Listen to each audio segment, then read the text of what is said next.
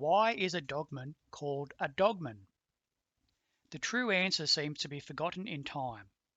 I've heard multiple theories, one being because you lead the crane operator when they're working blind, just like a guide dog. Another theory I've heard is because when you're holding onto the tagline, they say you're on a leash. Well, it's neither of these. Does it have anything to do with an actual dog? Well, not directly, but if you go back far enough, yes, it does. In this article from the Daily Telegraph in Sydney 1941, we see a reader, Mr. McLean, ask the very same question 82 years ago. The article reads, Mr. McLean wants to know why the man at the receiving end of a crane is called a dogman. The paper asked an official at the Master Builders Association. He said, a dog is of any varying devices for gripping and holding an object. There are two dogs or hooks at the end of a crane with a ring attached. A man goes up with the load to steady it. He may stand on the dogs or put his foot through the ring and is therefore known as the dogman. Excellent. If anyone is going to know the answer, it's going to be someone from the Master Builders Association back in 1941. But what are these two dogs and rings attached that he speaks of, and what does it look like? This is the dog he is talking about, sometimes called a lifting dog, dog hook, or when used in combinations with a chain and a ring, dog chains. We all know there are different shaped hooks out there, but you will notice these particular hooks are a little bit more flatter and less hooky, for lack of a better word, than what you might be picturing hanging down from the end of a crane. This is because these dogs are designed to pick up stone blocks. You see, back in the old days in Australia and New Zealand, stone buildings were much more popular than they are today. One popular method of lifting stones onto a building works was by way of using two dogs, a chain, and a ring. This method was popular because it was quick, easy, and didn't involve any wrapping underneath the block so that the underside of the block could be placed directly onto the as-built location. I found it difficult to find close-up photos of dogs, but I managed to find some excellent pictures in some old shop catalogues and construction books from the early half of the century. Here we can see a few more pictures of some dogs. Here's another one.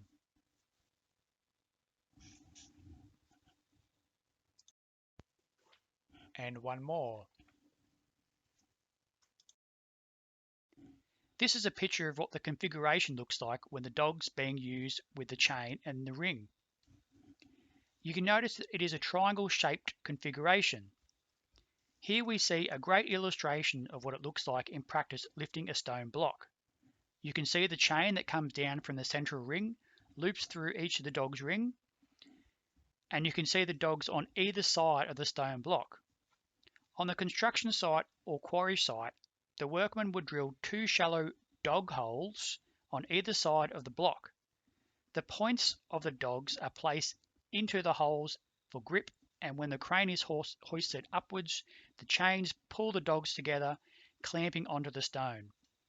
Think of it like locking jaws of a dog. The person responsible for hooking up the dogs to the stone became known as the dogman. I can only imagine conversations back in the day when something like this came about. Someone would say, "Oh, what's your occupation, John Citizen?" I don't know. I'm in charge of hooking up the dogs." "Oh, so you're the dog man, are you?" Yeah, I suppose I am." Here is another great illustration of chain dogs being used to pick up a longer stone block. And now we see a picture of a dog hole in the side of a stone block. This is a stone block from Maitland, New South Wales, showing the dogs on either side of the block. Now for some older pictures of the dogs and chains being used on Australian construction sites. In this photo, you can see a stone block being hoisted at a Western Australia railway station in 1908. Here's some construction work at St Mary's Cathedral in Perth in 1928.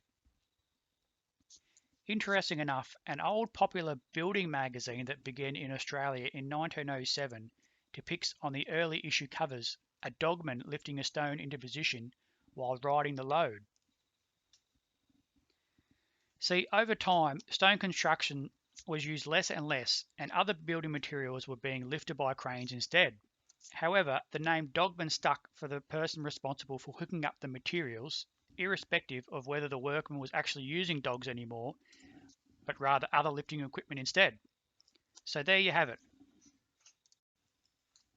I should note that it was common for many years that the dogman stood on the load and went up and down with the crane while being hoisted. You might have heard the term riding the hook before. Standing on the hook or load and riding the crane up and down is of course not allowed today. So you might be like me and you're wondering, well, if the terminology was born in Australia/New Zealand, when did it first start being used?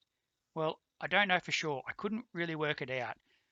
I know dog hooks have been around a lot longer and were used around the world, so I turned to some old newspaper articles for research. I found this article from the 27th of July 1874 from the newspaper called the Argus of Melbourne. It reads, "The Malmesbury Railway Crane. A further inquiry into the condition of the crane used at the Malmesbury Railway Station for loading and unloading stone was made on Thursday." Blah, blah, blah. And we go through and we see the report was that the crane was in perfect working order and that the accident had not been caused, as the jury imagined, by any defect of the dog hooks, but was occasioned partly by the dog holes having been made in an unsafe portion of the stone, but chiefly by the rashness of the deceased, who, whilst standing underneath, pushed the stone so as to land it on top of another, but miscalculating his distance, which caused the one stone to strike the other and slacken the chain, upon which the dog hook slipped from the hole and the stone fell upon the deceased. So this article was from 1874, but it didn't make any mention of a dogman.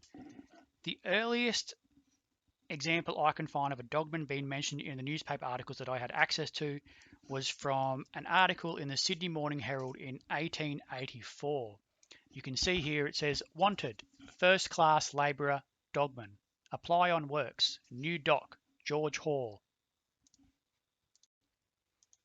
Let's go through a few more newspaper articles. I started to really find the keyword dogman being shown in articles from about 1890 and onwards. We can see one here from 1890 from the Bathurst Free Press. "A terrible accident in Sydney. Yesterday afternoon, a frightful accident happened at the New Lands Office Extension, whereby 2 young men were killed and some other workmen injured." If you go further down near the bottom, you can see here the dogman John Robinson was riding on the ascending box at the time and he fell with it. Another article now, and back at 1898 from the Daily Telegraph in Sydney. "Terrible accident at St Mary's Cathedral. A man killed and another injured." And if you go down a bit further, you can see here the reference to a dogman. "Leslie was what is known as the dogman." So I don't know exactly when the term dogman first started being used in Australia, but reading these old newspaper articles does give us some indication roughly to when it first started picking up some momentum. Here is another article from the Daily Standard in Brisbane in 1929. The reporter has gone to the construction site of the town hall, which is a stone building. We can see down here he says that "I was quite ignorant as to the meaning behind the term dogman." The reporter has asked Snowy, who was a dogman on site, if he knew. Snowy didn't know. So the reporter's gone up higher in the town hall tower, up to the crane operator, whose name was Bert. And we can see here it says, "I re-entered Bert's little hut and put to the man higher up as to the question as to where the word dogman came from," and so on. Bert said that the claws of the grip on material at the end of his crane line were called the dogs. Hence the man who tended the dogs was called dogman. So there's a lot of articles that I read through that involve the key terms dogman and dogs, but there's something that I want to point out to others that might go reading through some old articles, because I did find it a little bit confusing at first. When I would read through some articles, they talked about dogs, but they didn't involve stone blocks. So a lot of the articles were about accidents, unfortunately, but they might say things like, "Oh, The dogs slipped from the material box and the sand or bricks fell down and landed on top of the worker. So, but one thing that I noticed is that these particular articles that didn't mention the stone blocks anymore, but still referenced dogs, really only started from about 1930-40 onwards.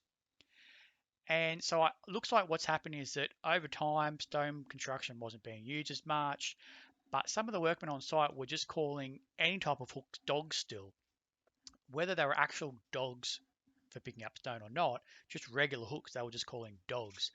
Bit of a slang term on site. Oh, go hook up the dogs to the material box.